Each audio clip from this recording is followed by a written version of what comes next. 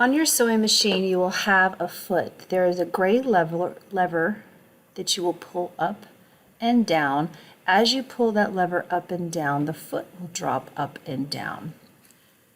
There's a black button at the back that you need to push, and that will release the foot. Dropping the gray lever back down will help the foot clamp down into the clasp. If it doesn't line up, it won't clasp.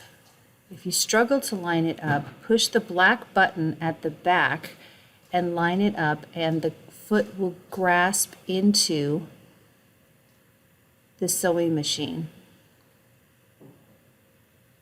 You may have to line it up just a little bit in order to do that. There's a small bar that your clamp is trying to grasp. So that small bar is what you line up with the clasp and drop your foot down.